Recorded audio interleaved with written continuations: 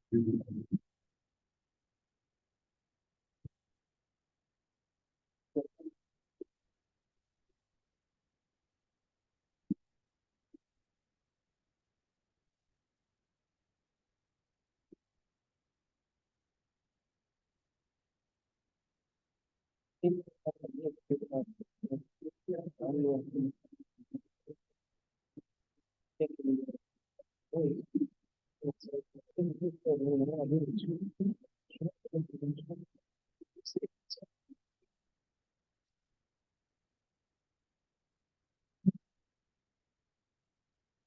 afternoon.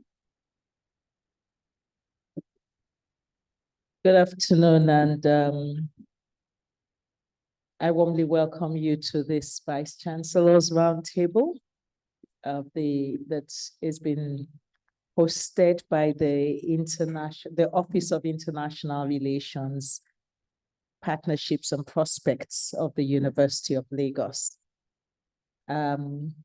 It's just going to be an informal conversation. It doesn't have any cast in stone agenda, nor does it have any cast in stone agenda as in the sense of the process it's going to take, as well as cast in stone agenda as in we have an interest specifically that we are pushing. Rather, it's just to seize on the opportunity of the University of Lagos holding its International Week, its third edition of the International Week, to bring together our friends and our neighbors that we're hoping that we are going to move beyond just being neighbors by reason of being in territory that's contiguous to one another, to becoming partners and friends, because as we reach out for international collaborations, we believe that we also need to strengthen the collaborations at the local level.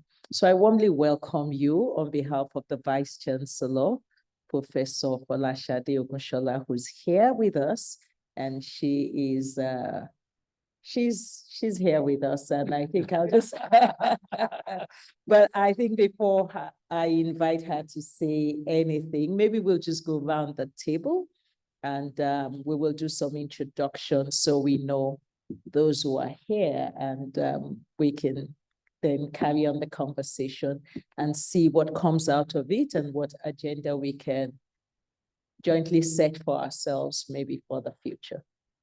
Thank you. So, Ibrahim? Okay, thank you very much, DVC. Well, I think in the room we have 7.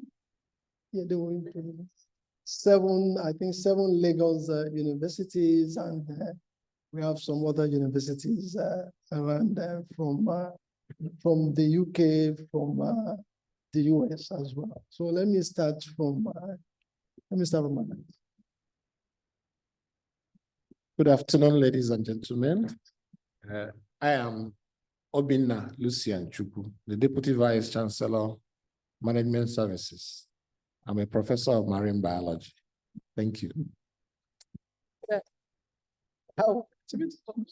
University of Lagos, the University of First Choice and the nation's pride. Good afternoon, everyone. It's a pleasure to be here. I'm Kimberly Jacob Ariola. I'm the Vice Provost for Graduate Affairs and Dean of the James T. Laney School of Graduate Studies at Emory University in Atlanta, Georgia, in the United States. And I'm a professor of public health. Thank you very much. Thank you for the opportunity to be here and to be part of the conversation. I'm Professor Joanne Guri. I'm at the University of Warwick in the UK. I'm the Academic Director for Education and Internationalization. I'm a professor in social sciences and in social linguistics. Thank you. Thank you, Jill. Hello, everybody. First of all, thank you. Thank you for the kind invitation and the opportunity to be here. My name is Paul Vita, and I'm the Vice Chancellor and President of James Hope University, which is in its infancy, where we're going to be launching in January, is our goal. I'm originally from the US as well. I spent a long time in Spain. My degree is in English and comparative literature. And again, thank you. Good afternoon, everyone. My name is Enase Okunedu. I'm Vice Chancellor of Pan Atlantic University, Nigeria. I'm a professor of management. My name is Folashade Okunshola. I'm the Vice Chancellor of the University of Lagos and a professor of clinical microbiology. Hello, everyone. I'm Ian Gillespie. I'm the Vice Chancellor of University of Dundee in Scotland, and I'm also a microbiologist, different type of microbiologist. Good afternoon, everyone. My name is Muyiwa Dusanya. I'm Professor of Public Health and Vice Chancellor at the Lagos State University of Science and Technology. Good afternoon. I'm Professor R.T. Akinyele, Vice Chancellor, Maranatha University, Lagos. I'm a professor of African history at the University of Lagos. Thank you. I'm Clement Kolawole from Trinity University, Yaba, at the Vice Chancellor, Professor Language Education and Curriculum Studies. Good afternoon, everyone. I'm Professor Olale Kwasikia, Deputy Vice Chancellor of Caleb University. I'm the Deputy Vice Chancellor of Research, Innovation, Strategy, and Administration. And I'm representing the Vice Chancellor. Thank you.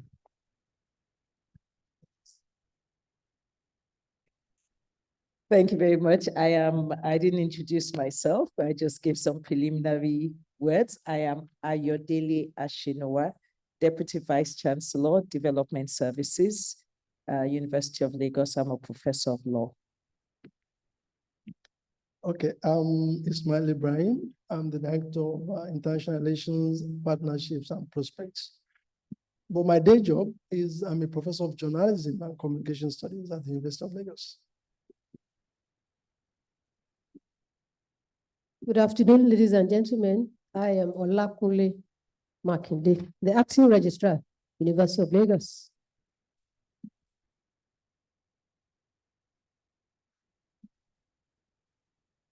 Good afternoon, Sir Samas. My name is Dr. Julius Anjorin. I'm the Director of Internationalization and Linkages, Trinity University, and the Head of Department Political Science. Thank you. Thank you so much. Good afternoon, everyone. My name is Peter McAlevey. I'm from the University of Dundee, where I'm Professor of Law and the university's academic lead for Africa. Good afternoon. I'm Lorraine Van Blerk. I'm also from the University of Dundee, and I'm a Professor of Human Geography. Good afternoon. My name is Winfred Bunihizi. I'm the Africa Projects Manager at the University of Dundee under the Global Partnerships Office. Thank you.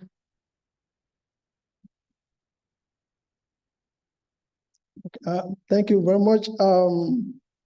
This program is part of the University of Lagos International Week.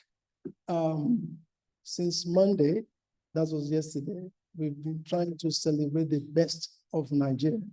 And we do this every year. We try to bring in partners from across the world, from Nigeria, to try to look at what are the issues, what are the things shaping our education ecosystem. So this year, the theme is beyond breaking the borders of partnership. This is the third edition. The first time we tried to look at how the fourth industrial revolution is actually shaping the future of work and the future of education. The following year, we looked at futures thinking and strategic collaboration. So this is building on that. So, and the our Vice Chancellor, Professor Folashade Ogunshola, thought that at least after the formal opening ceremony, we should have a kind of closed meeting where we have Vice Chancellors of universities from Lagos sit in to try to look at how we can together shape the agenda for our state, for the country, as well as perhaps for the world in general. I think perhaps this is the reason we're having this meeting.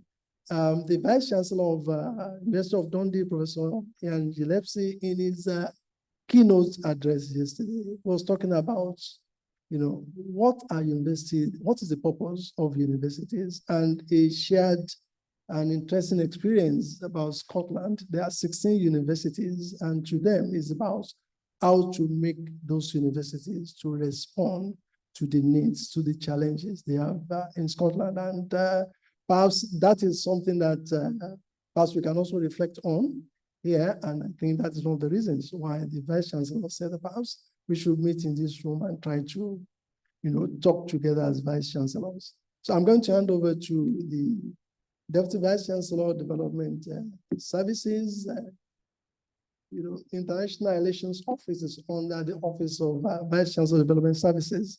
She oversees internationalization, entrepreneurship, innovation. Those are very big areas, and those are the areas that will actually shape the future of universities. So she's going to share thoughts, then I should go to the Vice Chancellor. Thank you very much. I think, Annie, we've just done introductions while you were out. So I had a very urgent phone call from a partner that is not so close, not so far from Africa. It's the Université de la Réunion, and they just have a tumultuous governance crisis. The president just left his post today, and I had a call from him just to inform me because they are part of our alliance. And so I'm very sorry that when I saw his phone number, I said, okay, when he calls me, that's important. My name is Arnim Heinemann. I'm head of global engagement at the University of Bayreuth in Germany, and president of the Sustainable University Network, Santander Group or S Group Universities in Europe, with 48 members within Europe and beyond. Thank you, Arnim. Okay, so picking up from where Professor Ibrahim left off. Yesterday, Professor Gillespie answered the question, what are universities for? With the answer, social purpose. Universities must respond to the needs around them immediately and the larger community in terms of the human community. And we have been looking at our trajectory. We've looked at, we have some experience. I was speaking earlier today with Professor Konedo, and she talked about wondering when their campus was going to be as big as University of Lagos.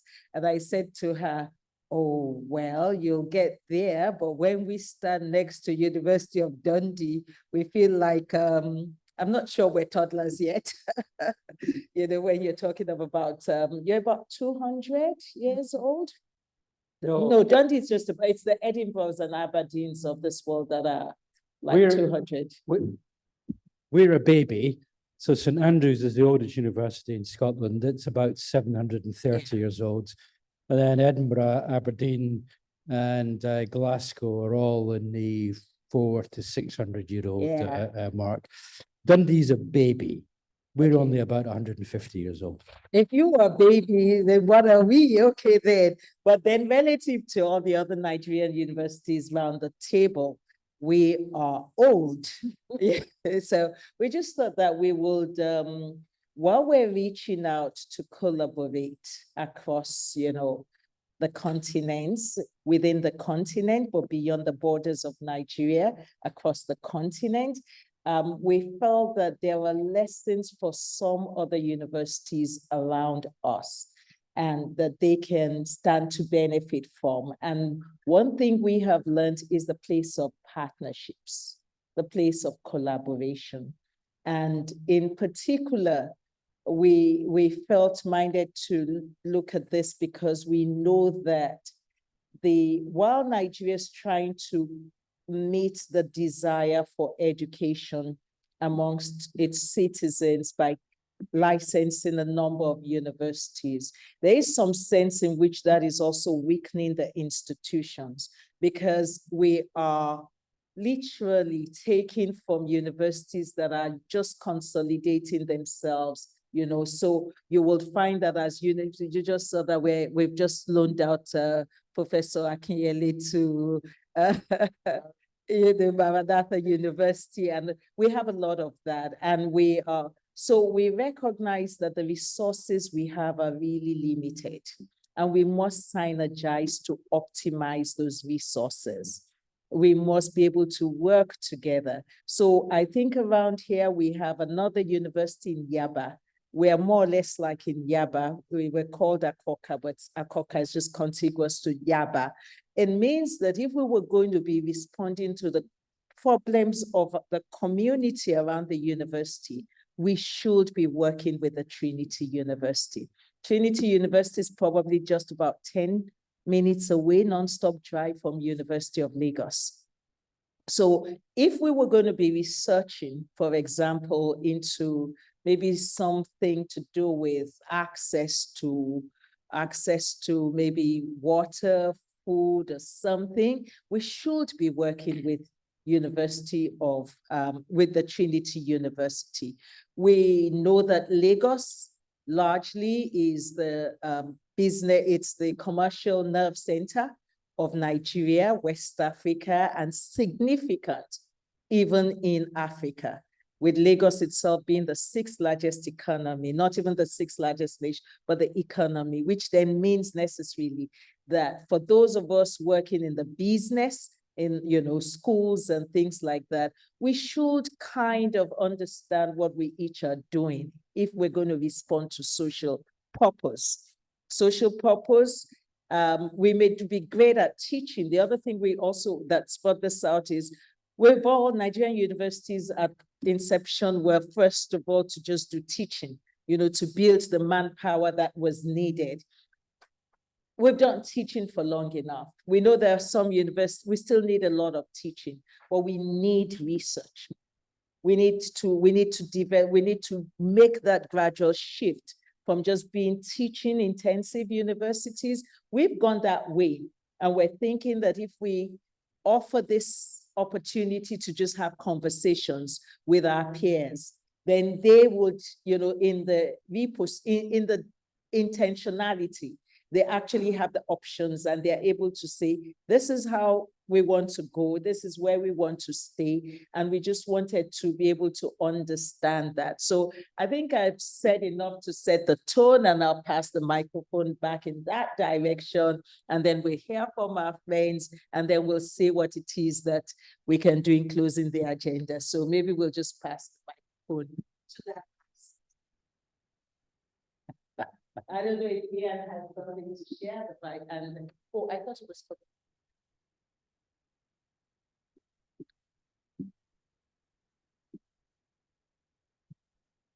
Thank you very much. Thanks for setting the tone. And I want to welcome all the vice-chancellors and their representatives around this table.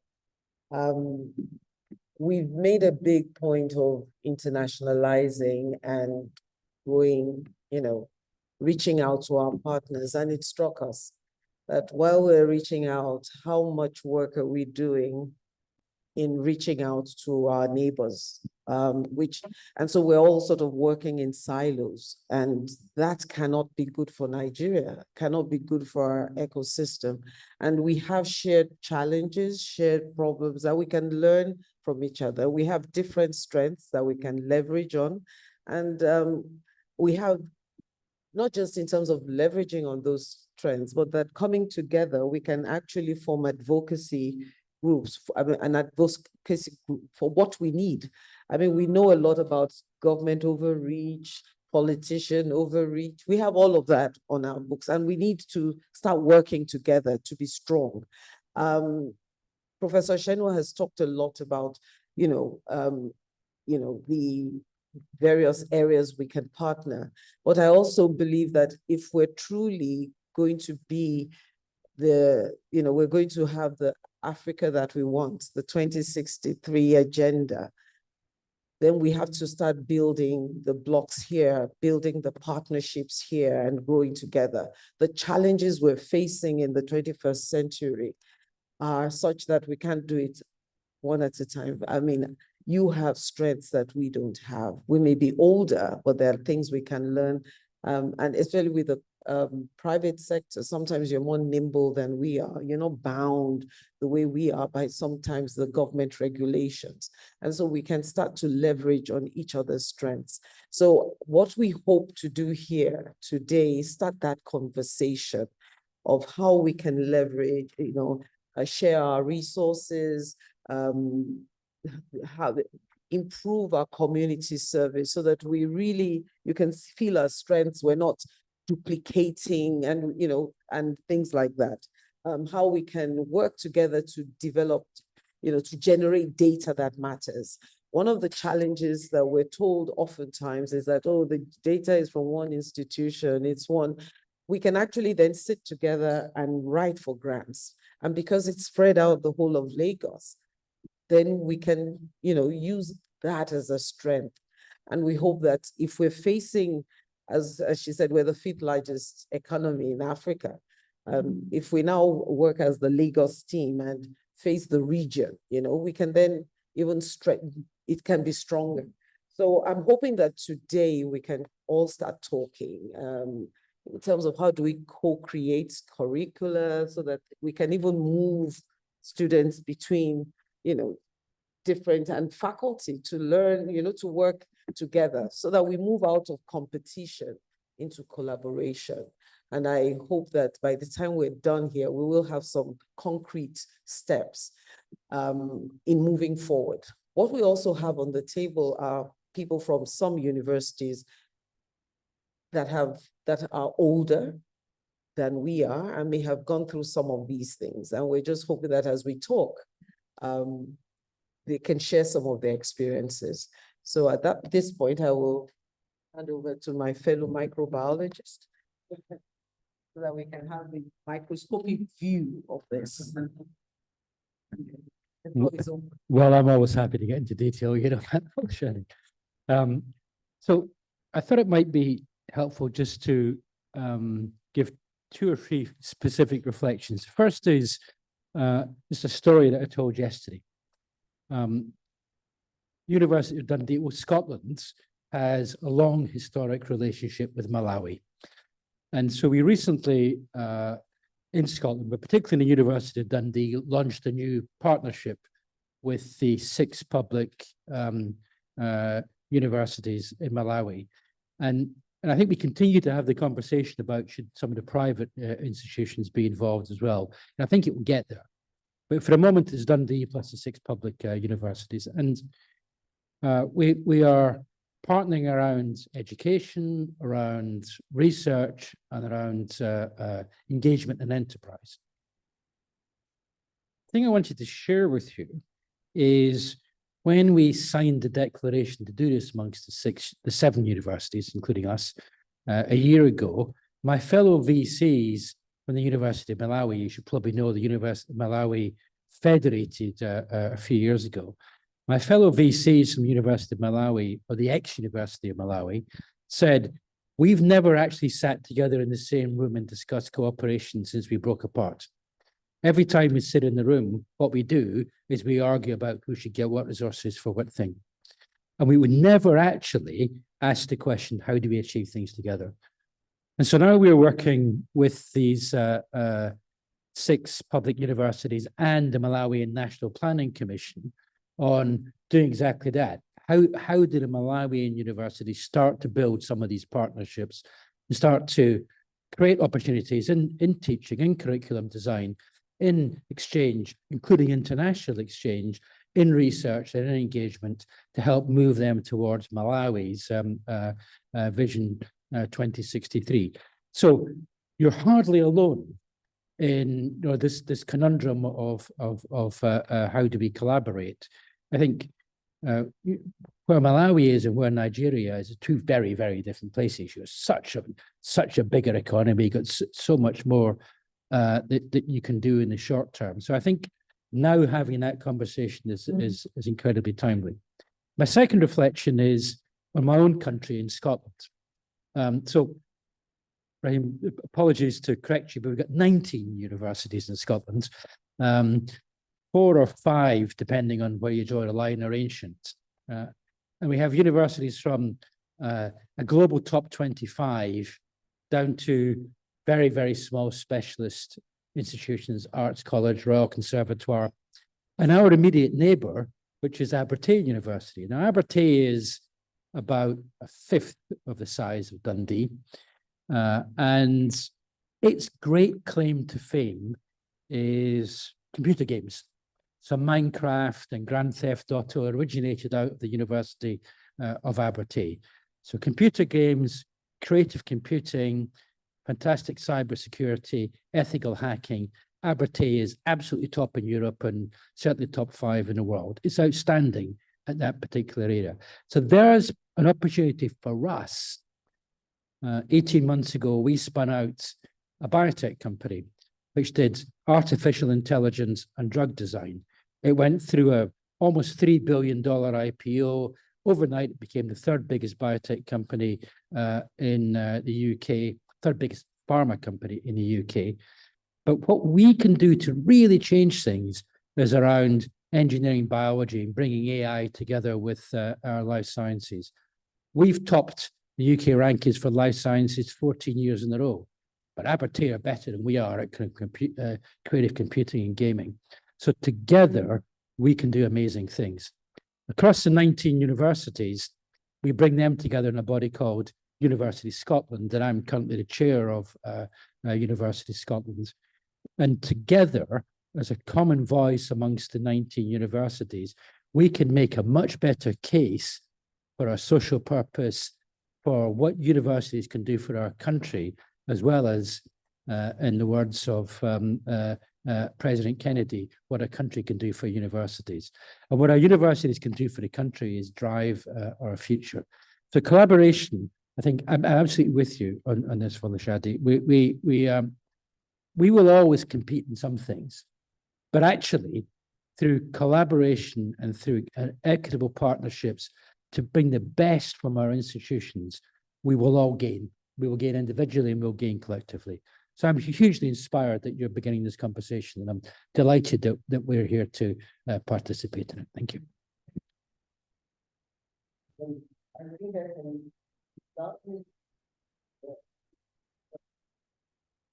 Thank you. Thanks very much. First of all, I'd like to commend you and your team, and also thank you for thinking about this, because I think that too often when we think about partnerships, we think about partnerships outside the country. We don't think about the ways by which we could work together to solve common problems, leveraging on each other's strengths. I really welcome this initiative. I have a couple of thoughts that I don't know if we can further explore. In today's world, we've moved beyond research. Well, not moved beyond, there's still research that happens between sectors, but the more between subject areas, but the more impactful and potentially game-changing ones are those that happen in a multidisciplinary approach. For a number of us universities here, we're pretty young, and therefore we do not have many disciplines. Unilag has several disciplines. And I'm thinking, if we want to do multidisciplinary research, in which ways can we foster the research collaborations, leveraging on the strengths that Unilag has and several of us, because in each area, so there's tech, there's business, there's all of this there. If we say, what are the common problems we want to look at, and can we sort of form a research consortium around those? That's something that I would very much welcome. The second is that we live in Lagos, in which, I mean, there's no need for me to go over all the problems. We have 25 million people, and we have any number of things that are wrong. And therefore, if our research is targeted to 2 things, in my view. 1, how can we work together and come up with research that's addressed towards solving the social problems in Lagos? That's 1.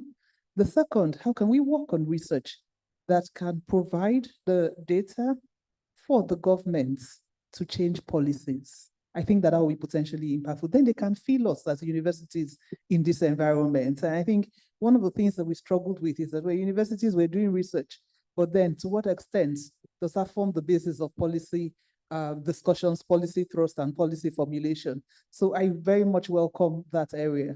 And then lastly, the other thought that comes to mind is really about what you alluded to, which is about what we can do socially. We talk about community engagement. So when we talk about university and we talk about community engagement, when I think about social projects that my students can undertake, I'm thinking about them there. Whereas we have schools from outside, they're saying, you know what, we have this group of students that want to come and look and solve this water issue, this sort of things here.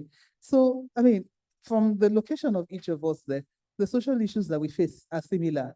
And when we talk about community engagement and giving back of our students to the community, can we sort of see whether we can put together cross-functional teams across student bodies to work on social problems in particular locations? I think that with those ones, maybe we can actually do something that people feel that, yes, the universities in Lagos are doing something to actually raise the economic and social tone of the state. Thank you.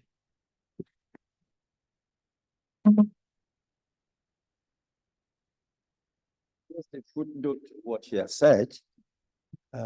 First of all, when she was asking, when will our own university grow up to Unilag, I wanted to say she should wait until they are 60 years. Well, let me say that, first of all, we have to advise the government properly. We have enough policy documents, but there's a problem with the implementation. Now, everybody is talking about entrepreneurship, skills acquisition, whatever. For me, if we have done the right thing, we have the 6334.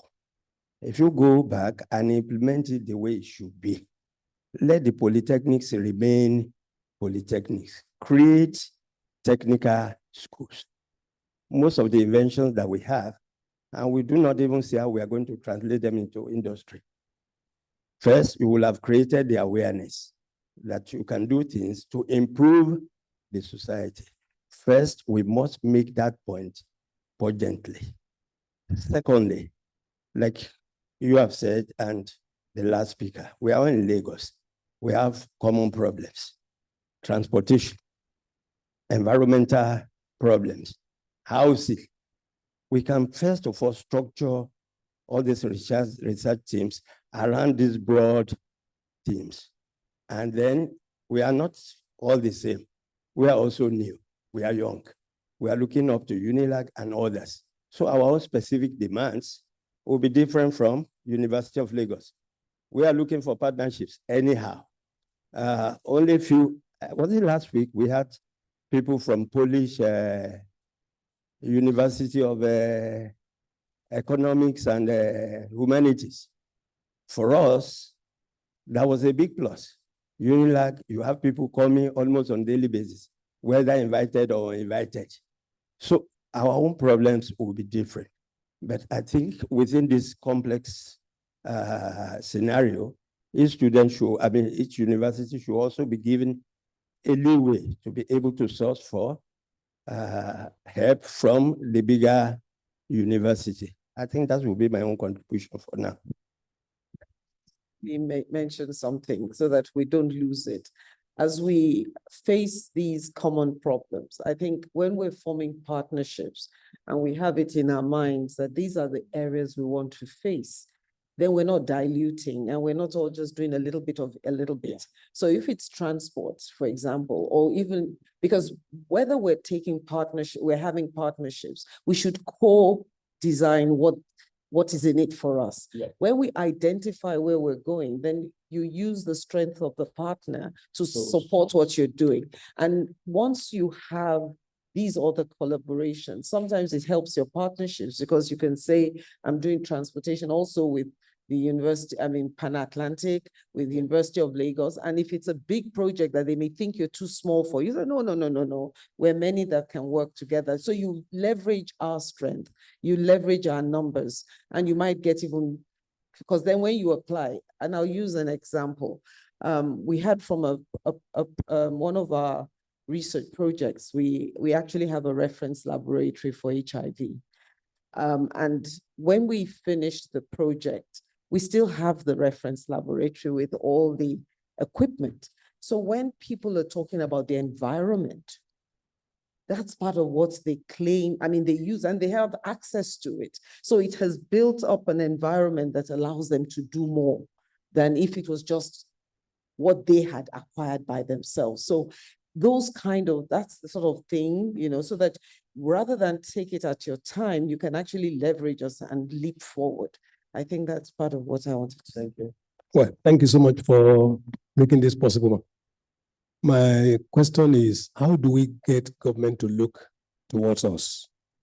Since 3 years down the line, there have been research findings, there have been policy documents, there have been issues.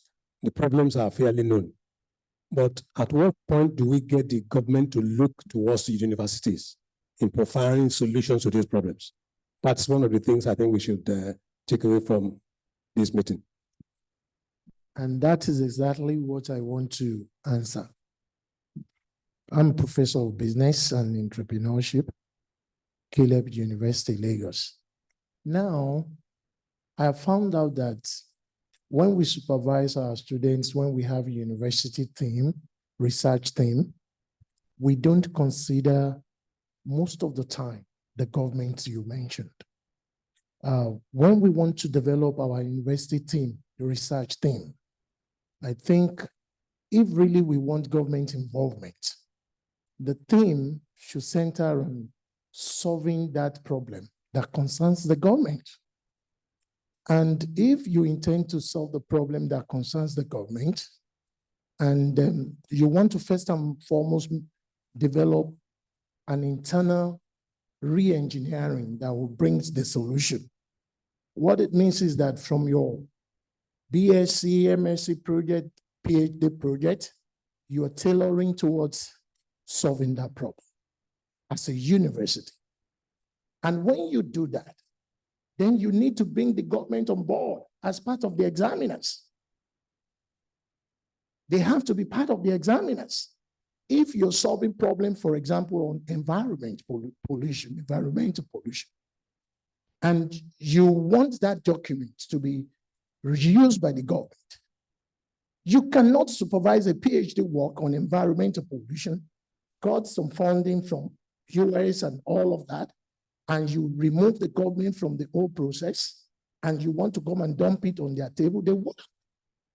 But in the process of even seeking for the funds for the projects, if they are involved, even if they are not going to put down any money, but the moment you involve them and you make them co-examiner of that work, anybody that the government is releasing to you to come and represent on the board of examiners, okay, there is no way that that person will not bring on board the problem they are having.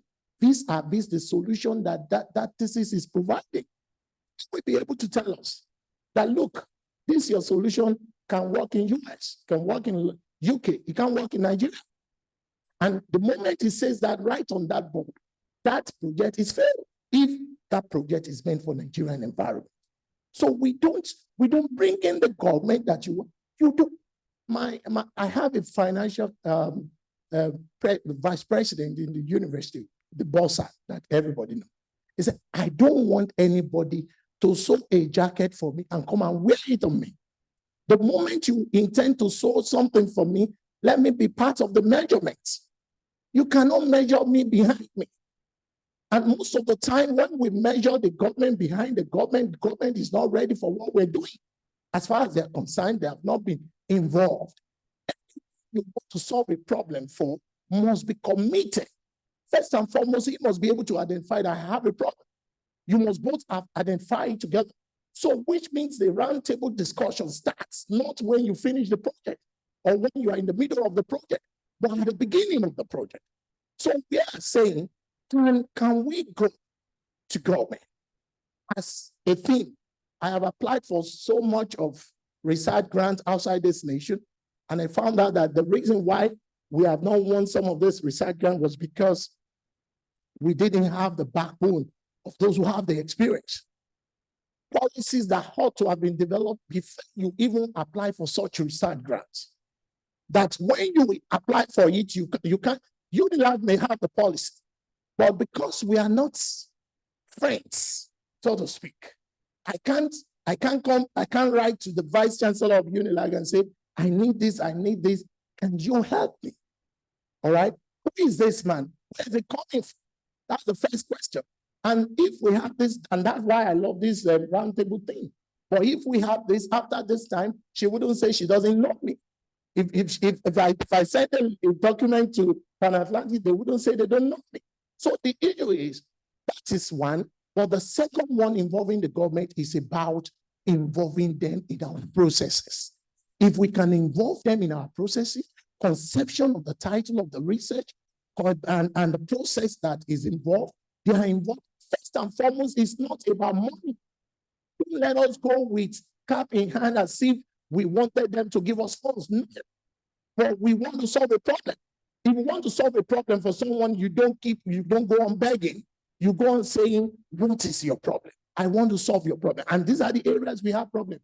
And the government finds out that you are not interested in the money, but you are interested in the solution to the problem. They will open their pockets eventually, but not at the beginning.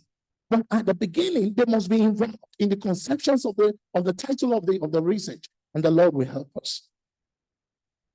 Thank you. So I think what you're saying is that if we want government involved, there are stakeholders that need to be consulted at the beginning so that you know their problem.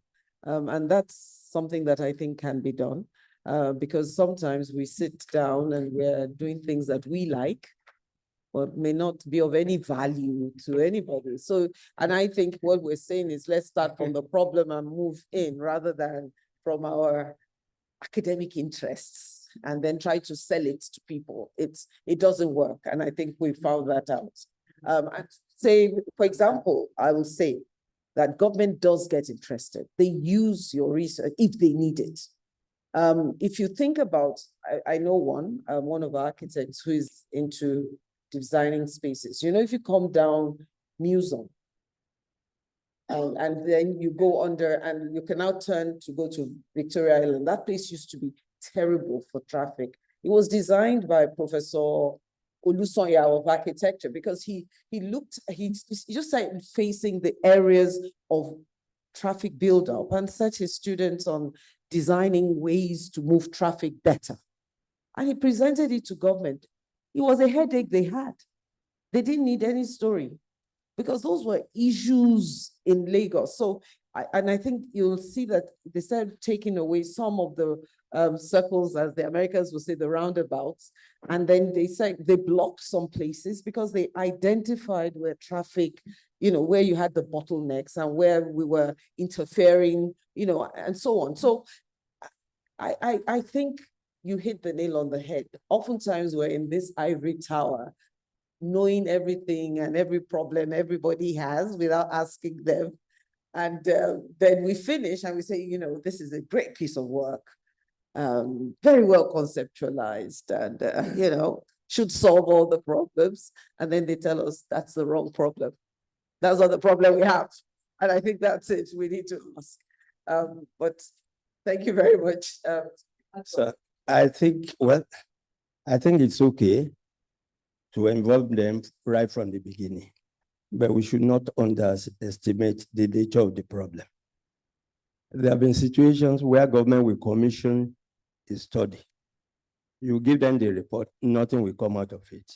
I'm well aware of the water ascent harvester done by FUTA.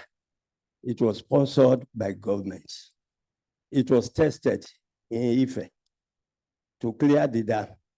And after that, nothing has happened. And almost on a yearly basis, you have these research fairs in Abuja, inventions and whatever. I think it has to do with who is at the end of affairs.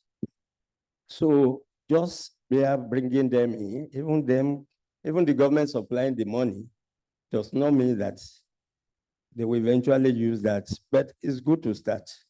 Let me say something. I don't want us to get into this negative framework because everywhere in the world, if you do 15 things, maybe one will get done. You may do 100, but the point is, if you don't do at all, then there's no hope.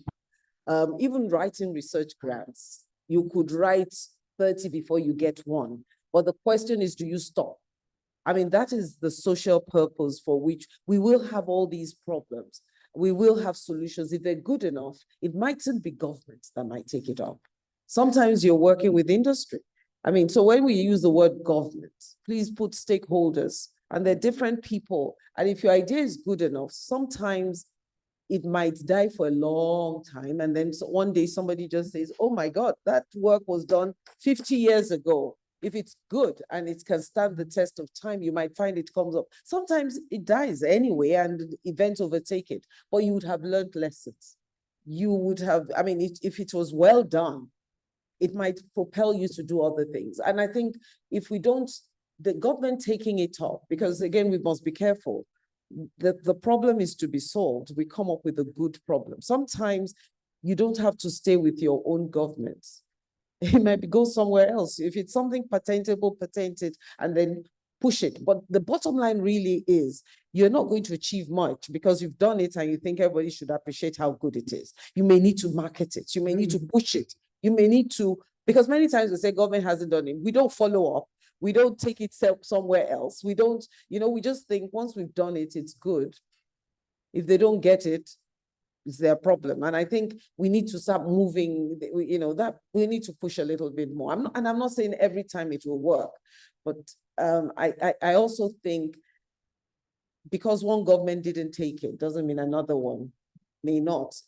So I really don't know which one is going to work. So I don't want us to get into the negative mindset of what they may not do, but more about what we need to do if we're going to go forward, if we're going to support each other, if we're going to grow, and to say that we can leverage each other. Because if we bring our strengths together, as you said yesterday, the whole should be more than the sum of the parts. And that's what we're hoping to achieve, some synergism, so that we really start to expand, and you don't have to go through the path we did. We can, show you some, and we may learn from you navigating, because growing as a young university in today's Nigeria is certainly different from what we went through in 1960.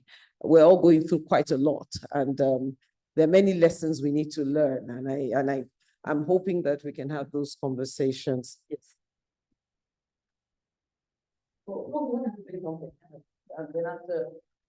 Okay, thank you very much. I would like to add an observation from the Bavarian context, which is also a regional context. And I don't say that this is a solution, it's just a practice. Whether it's promising, you have to decide. So we like in all countries, we had the National Rectors Conference and all these associations like the German Academic Exchange Service and so on. And approximately 20 years ago, a dialogue started between the universities in Bavaria to cultivate what we call a healthy co-opetition. Co-opetition. So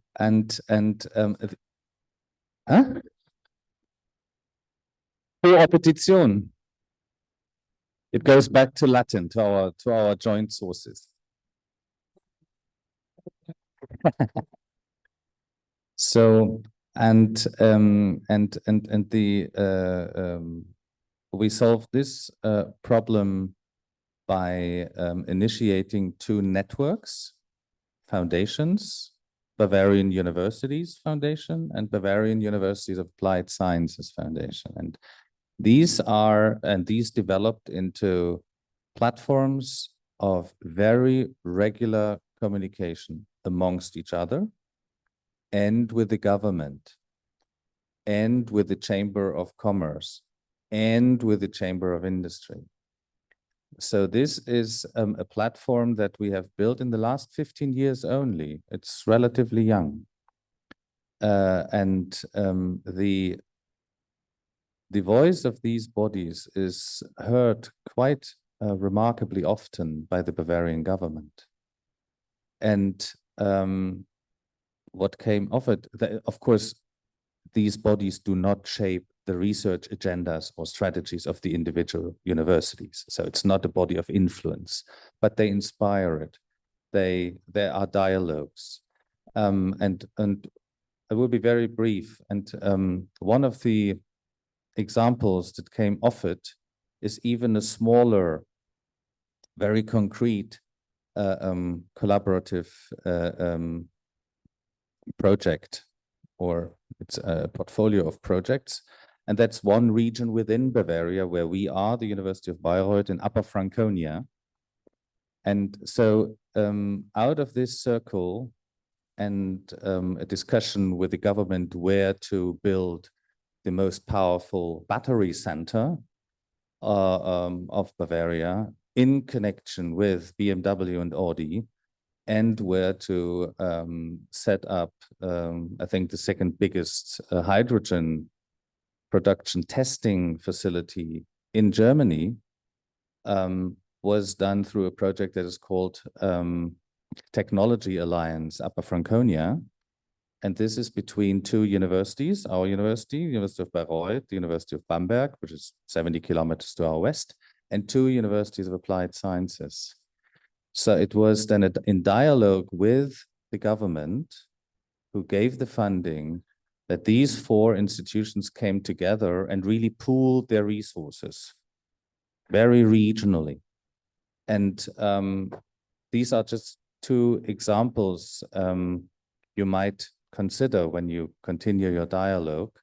And I would be happy to report more in detail if you would like to.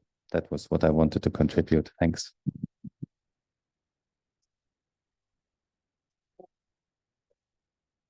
Thank you very much, man. I'm Professor Nuruddin Raji. I'm representing my Vice Chancellor, Lagos State University, Professor Ibiyami Bilola Latujibeli. Thank you, man.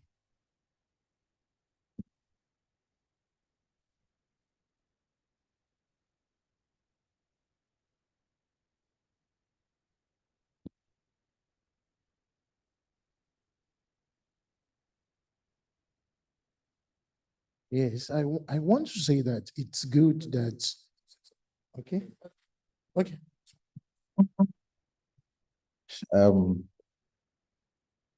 One, I think from this meeting, we should not only share phone numbers, we should share emails and perhaps create some platform to meet. I know there are so many groups, but maybe look at it and have like a steering committee of vice chancellors, and we then put either director of research into a technical committee.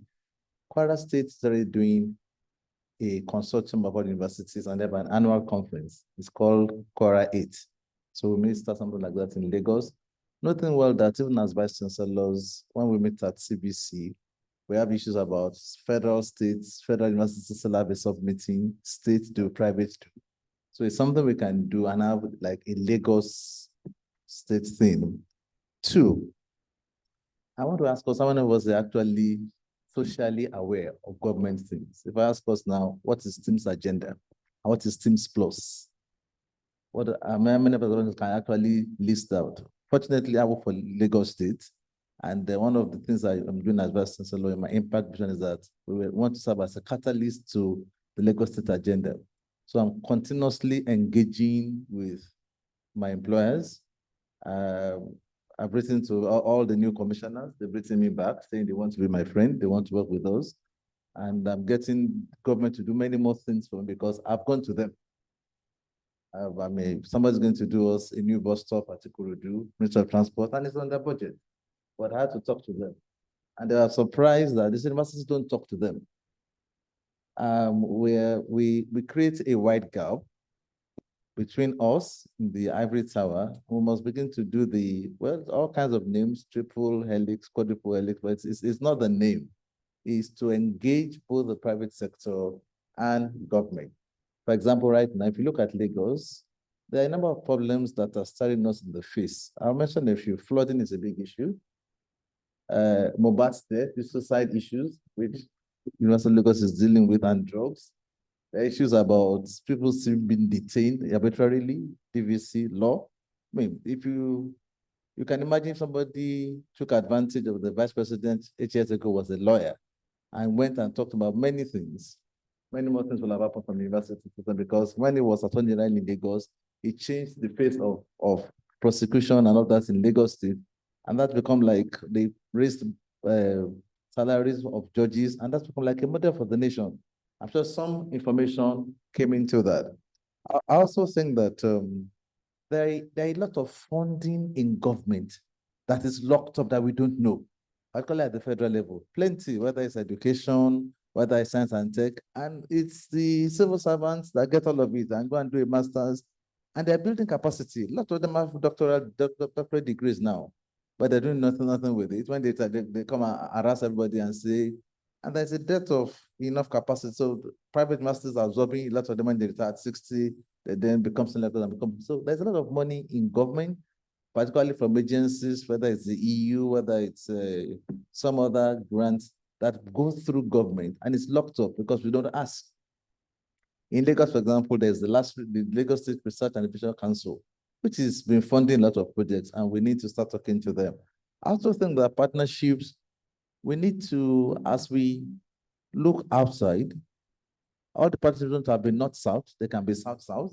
I'm talking to some people in Ghana, and I'm aware that there is a study with some relationship with LASU and National University, which they pick somebody from our university to be part of. So as we go around, if we know each other, we can say, okay, this person has interest in another university. It broadens the horizon, brings many good heads together. They say 2 heads, but they have to be 2 good heads to work together. Those are some of the things. And then Nigeria is talking about CNG for sort of diesel, alternate sources of power. Can we sit down with the people engineering, people to see what we can do as universities and take that to, for example, NRF of TED Fund? Because again, we want studies that are not just in one specialty or one university alone, and that will help us. Thank you very much. Yes, I just wanted to add that what was earlier said about us coming together and looking in the direction of Lagos Chambers of Commerce and Industry. I know some of us have representatives on that board. We should try as much as possible to work also with them.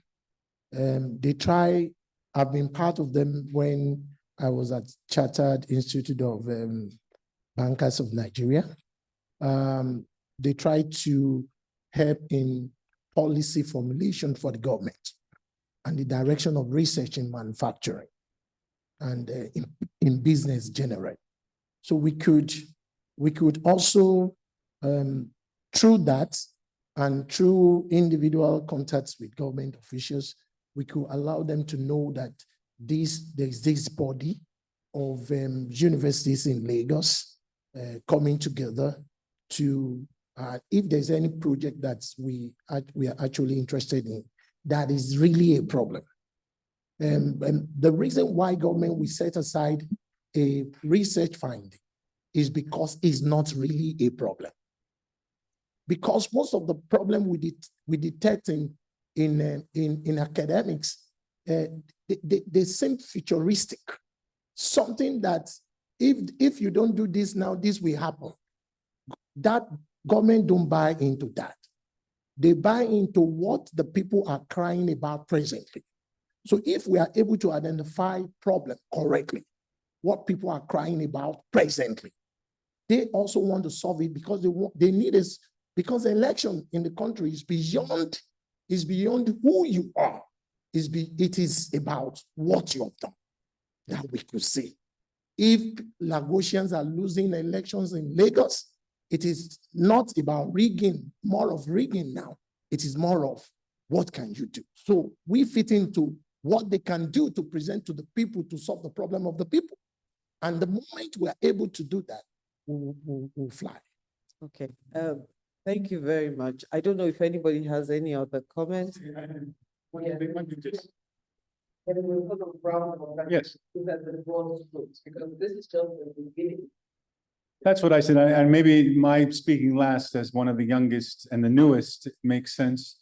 I've spent 25 years working at American Jesuit universities, and it's really heartening to see the vice-chancellors having this conversation. Usually it's the deans or the academic leaders, and this commitment among vice-chancellors and presidents. What I'm hearing is that in addition to partnering, there's encouragement to share our partners, whether they're governmental partners, other stakeholders, but that courage to say, okay, we have in Spain, it's enchufe, our connections, and we can work together as a team to apply for certain grants or to solve problems and to identify them. So that's an observation, and I have a lot of learning to do. My first question, and I think it's important to remember as vice chancellors and presidents, is to explore what is already working and is in place among our faculty. They may look at us and say, look, we're already doing this. We already have this great team doing X, or there's this project that is linking 4 of our schools, to make sure that we recognize and build on that and reward those people for taking on the local problems in spite of whether it's co-opetition or competition, in spite of the territorial aspects sometimes universities have. I'm fairly certain students and faculty are already doing some of this, and at the dean's level, they're doing it too. So thanks. Thank you very much. Could I just say, because so thank you very much for this. This is such an important conversation, and I have three observations. One was the first that I was wondering, I caught myself thinking as I was following the conversation, how much there is a landscape of what has worked and what could be already structural and systemic connections that speak some way that could be scaled up. The second is that I saw a very big difference in the UK and mainly England, which is my point of reference, in terms of how the universities turn to talk to each other. And this has changed drastically, particularly in the way the research-intensive universities engaged in conversation with the universities in the area and the region in the last 10 years. What has played a role, and the Russell Group was very well known for, and all the other sort of groups were very well known in actually working in silos and doing a very very non-productive way of you don't understand, you don't understand, and whose problem is more of a problem, and kind of, this sort of basically leading nowhere negative mindset. And what has changed things a lot, apart from the fact that there is no resource and we don't have the luxury of doing this. So we need to find solutions, and we need to find solutions urgently in relation to all sorts of different pressures from the skills agenda and so on. So for part of the conversation, if I would close my eyes and skip some of the structural, infrastructural, historical issues, I would hear exactly the same conversation I had with colleagues everywhere in the world in terms of how can we actually really think of the role of the university, the placemaking agenda. This concept of placemaking is so new. Everywhere actually as meaningful content, right? Because otherwise it has been on the books as, So what has changed things a lot is the impact agenda and the push for the impact agenda, which has changed and is sort of cascading into the kind of funding and mechanisms and partnerships and rebringing lifelong learning and the need for reskilling, upskilling, and so on. And that's really a powerful moment to capitalize in actually doing what you do. And I find that this is really significant. And on that, I think the last part, important, and then I will just say two examples, is that we together, if we really move towards looking into the future of the methodology, we need to address problems. And if we really need to find ways to do multidisciplinarity, which is a proxy for talking about all sorts of things that currently the current establishment does not do, we really need a participatory approach. And there is no way anywhere in the world that we can have a participatory approach unless the core stakeholders are around the table with a solution-oriented way. And that to me is really part of the way I see as a collective social responsibility of shaping the university, doing the things that we have been doing for centuries very well, but also capitalizing with the fact that when we have a major disruption like the pandemic, we can be very agile. And there is a very interesting example to actually how recent all these things are in my ecosystem. I was following with great interest how a recent partnership between the University of Warwick and University College Birmingham was received and discussed. And these are two very, very, very different institutions, which would have a relationship of Warwick having awarding powers, but that's not the kind of partnership we're discussing. And I saw with great interest both how the conversations were evolving in a very productive ways to find ways to collaborate, but also in the sector, and how we still have a very rigid way of not seeing potential and to see the barriers, the differences, the sort of what we can't do together, the lack of resource infrastructure, all of those exist. The question is how this can turn to a solution and how we can learn from things that have succeeded and things that were so promising and failed. And the last example is when I was in Bristol before going to Warwick, there was a very interesting project that I was following with great interest, which came to, I think, an end. And Ian, you will remember the Bloodhound. And that was the vision to build the fastest car on earth or something like that, which was a massive project. And I think the Bloodhound, you can Google it, there's all sorts, achieved supersonic speed. So why that was interesting was because it capitalized on some work between the University of Bristol and University of the West of England, Bristol, at a time where this was certainly not the kind of the common that you would have the sort of post-92 and the Russell group. So there was a joint effort in robotics and there was a joint effort around the project. Then there was industry involved, which I can't remember all the ins and outs, but there was an enormous investment from, I think there was someone who owned the project. So you had all the kind of core parties that we talk about. It was a great learning example. Then it was owned by industry, and then COVID happened. And I think that killed Bloodhound in the end, which now I believe is in the Coventry Museum. So Bloodhound is actually following me, I think. But anyway, with all its sort of no speed now. But it's actually really, and I'm sure there are others, right? This is just an example that caught my eye when I was in Bristol, because I thought, how interesting. Vice-Chancellors can come together and talk productively about how they can capitalize, bring the industry in. There was also something that was called the Bloodhound at University to actually create this concept of internship, aspiration, bring younger and girls into robotics in particular and so on. So there was all the various elements.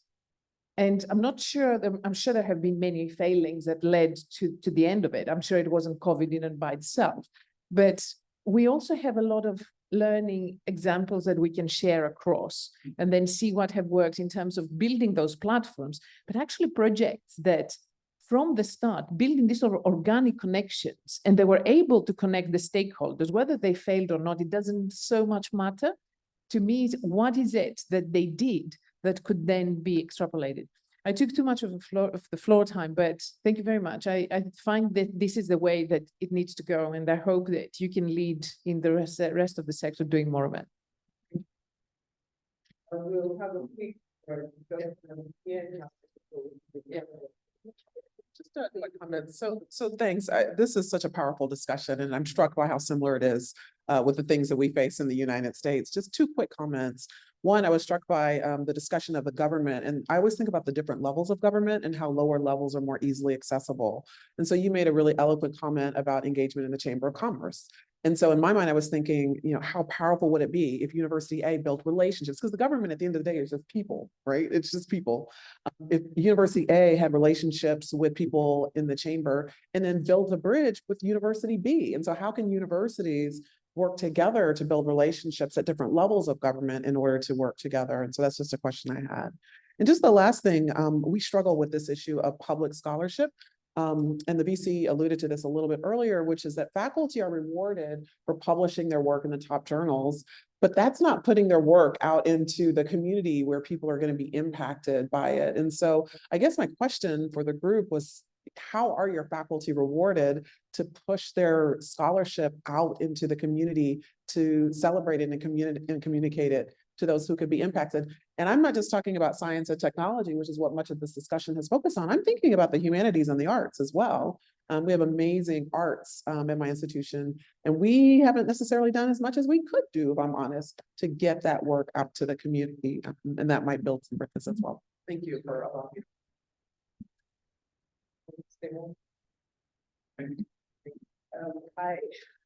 First of all, I want to thank you all for this engagement.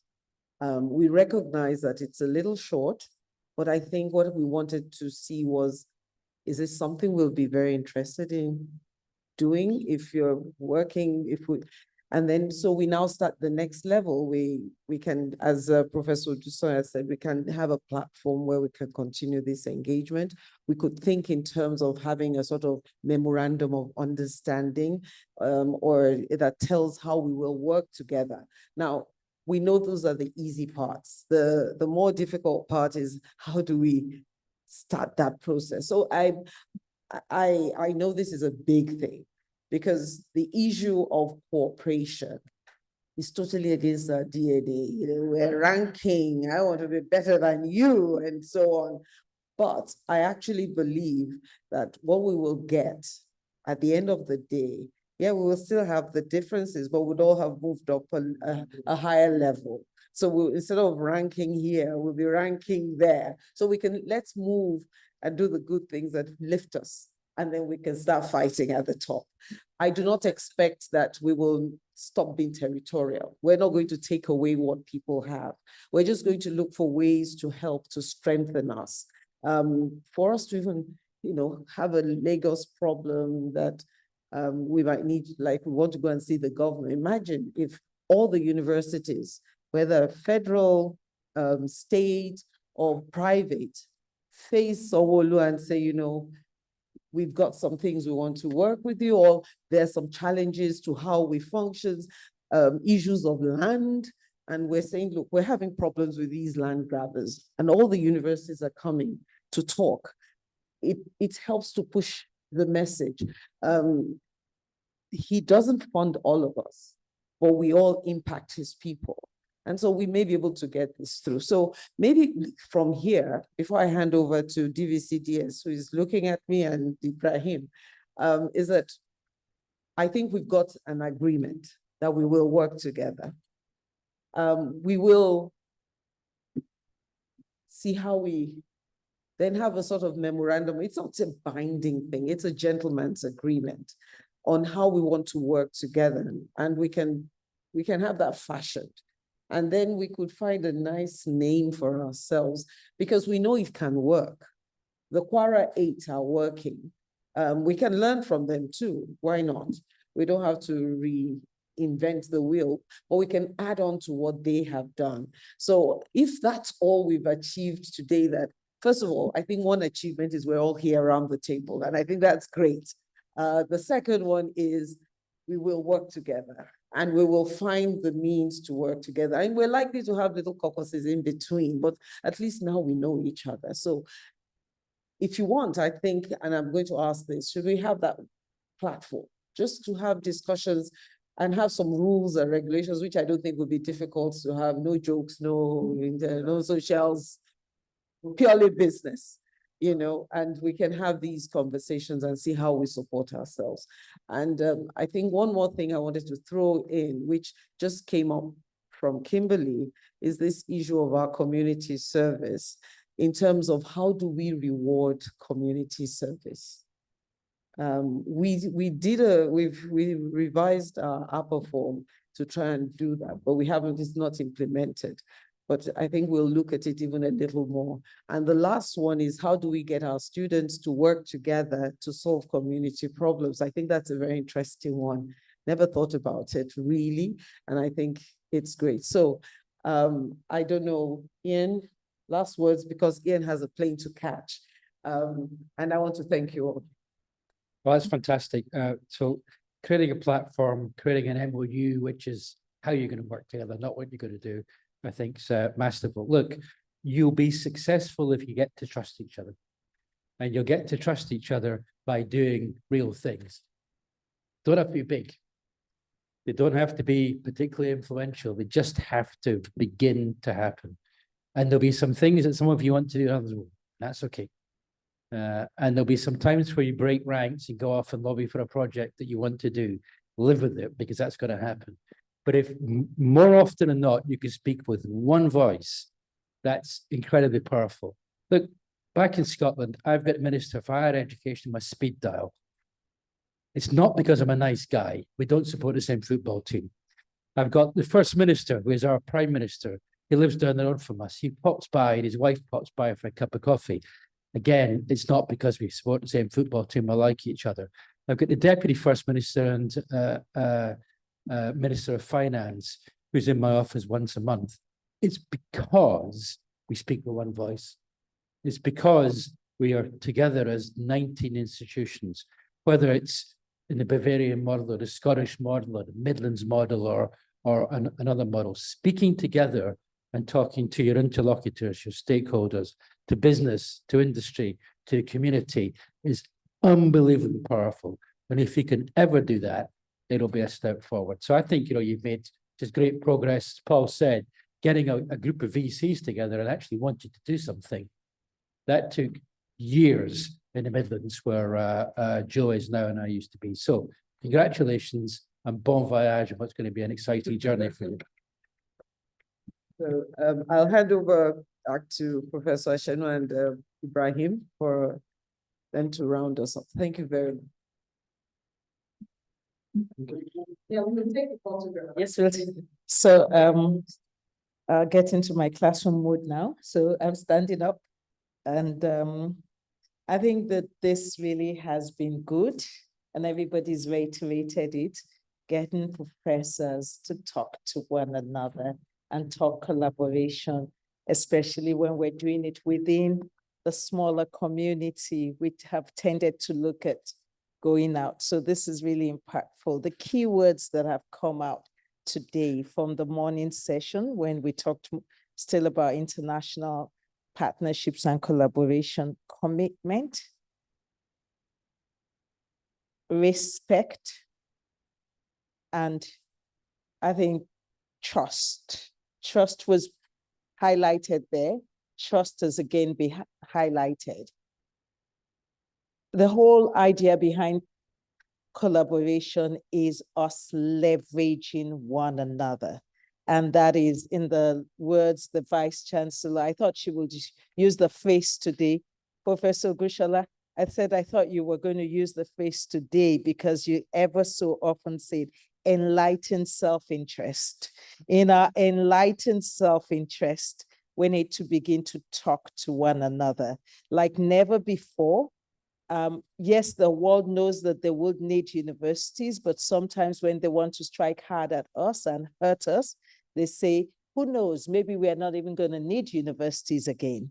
But sometimes when people say those things, you actually, if you listen very well, it's an expression of frustration, where they're saying, we need to see you do more, we need to see you do differently, we need to see you impact the community differently. And that's something we're facing in Nigeria. There's so much disillusionment that it's in our enlightened self-interest to work in a way that our communities value us as teaching and learning arena, and will do anything to preserve us, and strengthen us to push. So we want to just say a very big thank you to everyone who's come and made this conversation possible, so that next year, when we have International Week, we will be able to talk about not just our South-South cooperation, we're just even going to be talking about our community cooperation, our statewide cooperation in the context of Nigeria. So at this time, I think it's time to appreciate our very good friends who have been with us for the last 2 days. 2 of them are leaving today. And like I said yesterday, you don't get your gift until you've earned it. And that means that you've done the very last of your tasks. So I think it's really, thank you so very much. Thank you, everyone. And we just like to have our friends around the table join us as we appreciate some of our partners who have been with us and we've been working with for some time now, and we just want to make some presentations to them.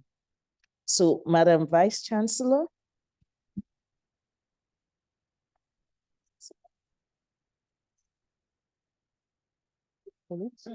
Yeah.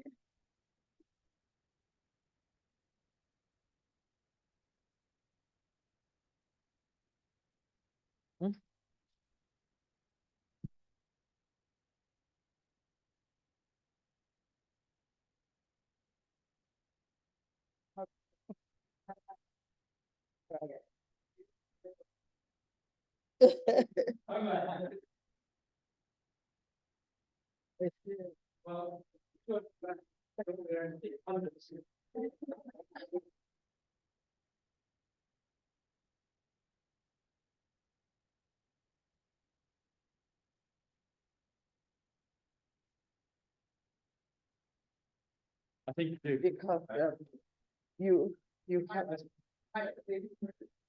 Oh, okay, Mike. Yeah. I don't hold the mic. This is to be worn on the Scottish skirt. And I don't see how the red tartan is going to go on the green adire that is embroidered.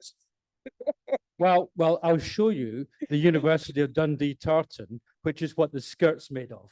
Do you think the color matches? So he's going to wear this together. I think people will see me coming.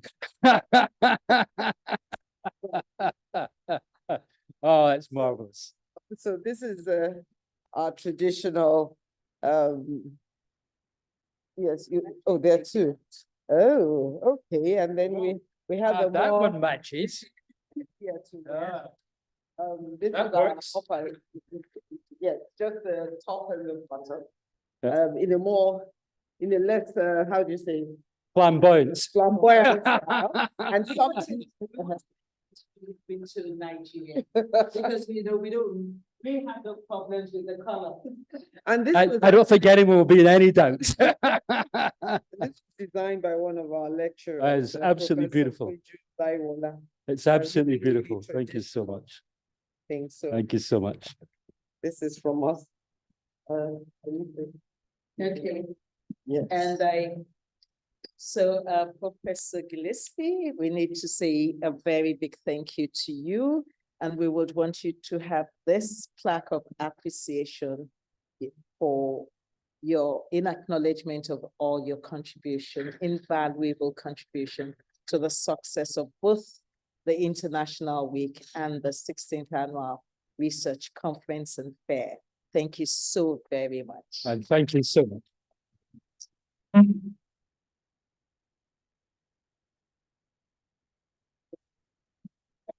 Oh, yes, and you'll have this, could you please help us? I know you have already said.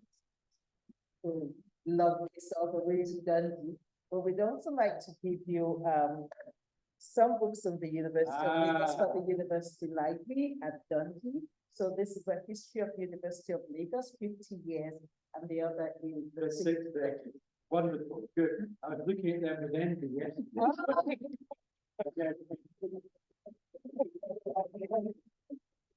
Thank you. I'm overwhelmed. The piece of novels and will bear with me.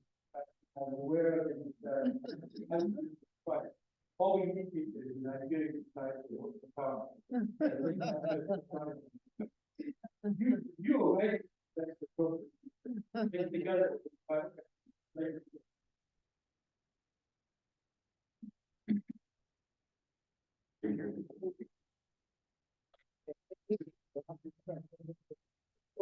Father Shadi, I'm afraid you don't get a complete escape, although this seems to pale into insignificance compared to what you've just passed across. But this is a quaich, which is a two-handled cup. So it's a traditional cup of friendship in Scotland. Now, of course, everyone knows what Scotland's most famous export is, and I don't mean golf. So Scotland's most famous export is what's normally consumed in this cup, but it's a cup of friendship for us to drink together for our friendship.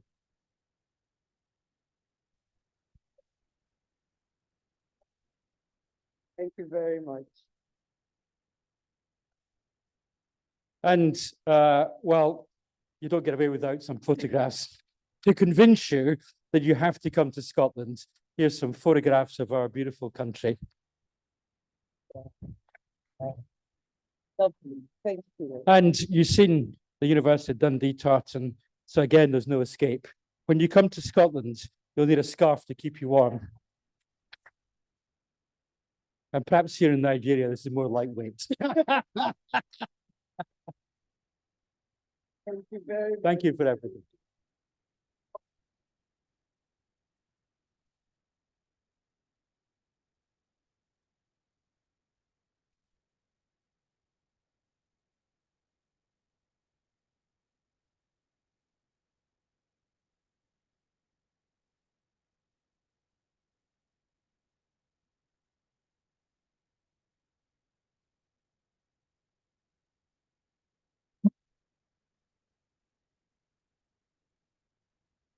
It's the weave, and we've got the extra one there, which is more official. You don't have to. And so we hope you enjoy wearing it. Absolutely, the gray one matches my hair. Thank you for being our friend. Thank you. Maybe we also got a boost of it.